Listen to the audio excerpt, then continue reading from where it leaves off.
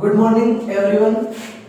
जैसा आज अपने पास टॉपिक है torque and force on a dipole in a uniform electric field, यानी बल आघूर्ण और बल जो है वो अपन आज फाइंड करना है एक समान विद्युत क्षेत्र में एक कोई द्विध्रुव को रखने पर। तो करते शुरू, पढ़ा दें। देखो सबसे पहले डायग्राम बनाते हैं एक यूनिफॉर्म इलेक्ट्रिक फील्ड का। ये अपने पास है यूनिफॉर्म इलेक्ट्रिक फील्ड, ठीक है। ये डायपोल हो गया, तो ये चार्ज नेगेटिव और ये चार्ज पॉजिटिव, और ये होगी मिड डिस्टेंस 2a। अब आप देखोगे कि दोनों जो चार्ज है वो डिफरेंट है, एक पॉजिटिव चार्ज है दूसरा नेगेटिव चार्ज है। पॉजिटिव चार्ज जो फोर्स होगा उसकी डायरेक्शन ये वाली हो जाएगी F1 और ये डायरेक्शन हो जाएगी F2। ये दोनों जो फोर्स है इनकी रिजल्टेंट वैल्यू समान रहेगी, इक्वल रहेगी, लेकिन डायरेक्शन क्या इनकी सेम नहीं है। इसलिए ये जो डाइपोल है ये यहाँ पर रोटेशनल मोशन में आ जाएगा। कौन से मोशन में?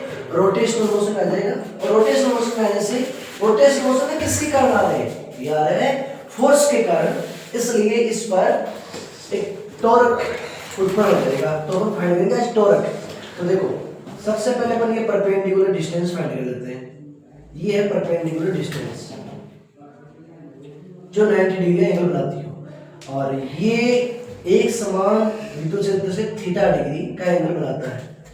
तो ये डिस्टेंस कैसे फाइंड करेंगे? अपने पास ये 2a है, तो ये हाइपोटेनियस है, ये बेस होगी, और ये परपेंडिकुलर। अपन को परपेंडिकुलर चाहिए। परपेंडिकुलर किस में आता है? साइन में। तो सबसे पहले अपन देखेंगे इन triangle sine theta is equal to क्या होगा? Perpendicular upon hypotenuse. परपेंडिकुलर जो कौन है? परपेंडिकुलर, और हाइपोटेनियस जो कौन है? 2a। तो अपने पास ये परपेंडिकुलर डिस्टेंस आई 2a sin थीटा। ये लो, ये डिस्टेंस अपन ने फाइंड कर ली 2a sin थीटा। अब अपन सब जानते हैं कि टॉर्क का फॉर्मूला क्या होता है। टॉर्क इज इक्वल टू होता है दोनों में से किसी भी एक फोर्स की रिजल्टेंट वैल्यू और परपेंडिकुलर डिस्टेंस। कौन सी डिस्टेंस? Perpendicular distance. तो tau is equal to F. अब देखो फोर्स क्या होता है। फोर्स का फॉर्मूला अपन जानते हैं, electric field intensity E is equal to F upon Q होता है। तो एफ का फॉर्मूला क्या है? Q E. और परपेंडिकुलर डिस्टेंस क्या है? 2a sin theta. अब ये भी पता है कि q इंटू 2a क्या होता है? q इंटू 2a को अपन p लिख सकते हैं, इलेक्ट्रिक डाइपोल मोमेंट। तो जैसे ही पुट करेंगे तो is equal to q into 2a जब p पुट किया, ये आ गया e sin theta, p e sin theta. ये फॉर्मूला आ गया टॉर्क का।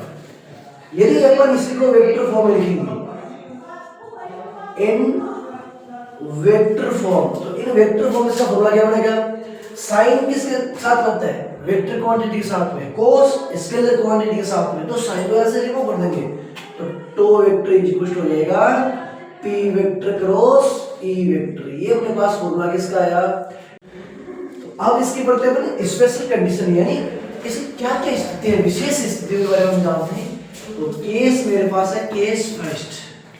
केस फर्स्ट अपने पास है कि यदि थीटा इज इक्वल टू हो 0 डिग्री, यानी 0 का मतलब ये है कि ये जो डाइपोल है ना, इस डाइपोल की और इलेक्ट्रिक फील्ड इंटेंसिटी की दोनों की डायरेक्शन सेम डायरेक्शन होगी। जैसे सेम डायरेक्शन कब होगी?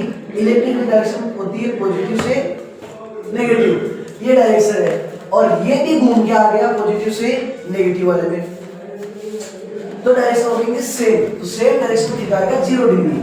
तो अपन पता है कि साइन 0 की वैल्यू क्या होती है? 0, यानी इस समय तो आएगा 0, और ये टॉर्क की मिनिमम कंडीशन होगी, टॉर्क की मिनिमम वैल्यू होगी 0। इसी प्रकार केस अपने पास होगा second, theta is equal to 90 degree, यानी ये इलेक्ट्रिक फील्ड के क्या हो गया? परपेंडिकुलर हो गया। इस कंडीशन में साइन, इस कंडीशन में साइन 90 की वैल्यू क्या होती है? 1 होती है, यानी टो इज इक्वल टू आएगा PE। और ये टॉर्क की मैक्सिमम यहाँ पे वैल्यू आएगी। अब आप कहोगे कि सर ये अपोजिट ही तो हो सकती है, डायरेक्शन अपोजिट होगी, तो एक केस और लिख दो। और केस थर्ड अपने पास हो जाएगा theta is equal to 180 degree और cos sin 180 की वैल्यू भी क्या होती है, 0 होती है, यानी इस समय भी तो क्या आएगा, 0 ही आएगा, ये भी इसकी मिनिमम ही वैल्यू है। ये बात अपन ने कर ली टॉर्क की। किसकी बात कर ली अपन ने, टॉर्क की ये बात कर ली। हाँ, अब अपन इसमें अपने पास सेकंड डेरिवेशन है जिसमें अपन फाइंड करें वर्क डन, एक डाइपोल का वर्क डन। तो देखो वर्क डन क्या होता है, अपन जानते हैं W इज इक्वल टू क्या होता है, F इंटू एस, यानी फोर्स इंटू डिस्प्लेसमेंट। लेकिन यहाँ इसमें अपने पास आएगा टॉर्क, तो टॉर्क और डिस्प्लेसमेंट किसके अकॉर्डिंग होगा, थीटा के अकॉर्डिंग। तो इसका इंटीग्रेशन कर देंगे अपन थीटा 1 से थीटा 2 तक, ये वर्क डन आएगा। तो सबसे पहले अपन वैल्यू पुट करते हैं कि वी नो दैट टॉर्क का फॉर्मूला अपन ने जस्ट इससे पीछे वाली डायरेक्शन में फाइंड किए, तो इज इक्वल टू क्या आया था, P E sin थीटा। तो W इज इक्वल टू पर पुट करेंगे थीटा 1 से थीटा 2, तो टो की आ गया PE sin theta dot d theta.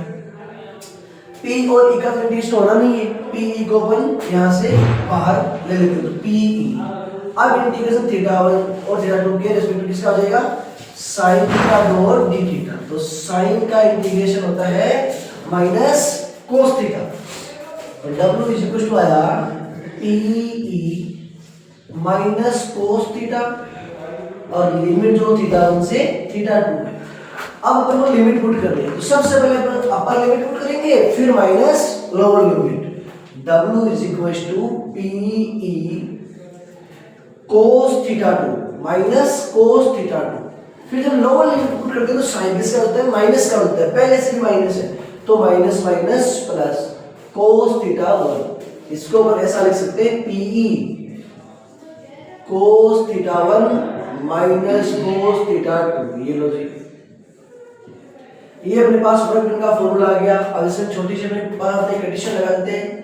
वो केस अपने पास ये है कि यदि अपन ने इसको 0 डिग्री से थीटा डिग्री इसको रोटेट किया, यानी थीटा 1 की वैल्यू तो 0 डिग्री और थीटा 2 की वैल्यू थीटा। अब आगे 90, 180, 270 कुछ इसकी वैल्यू हो सकती है।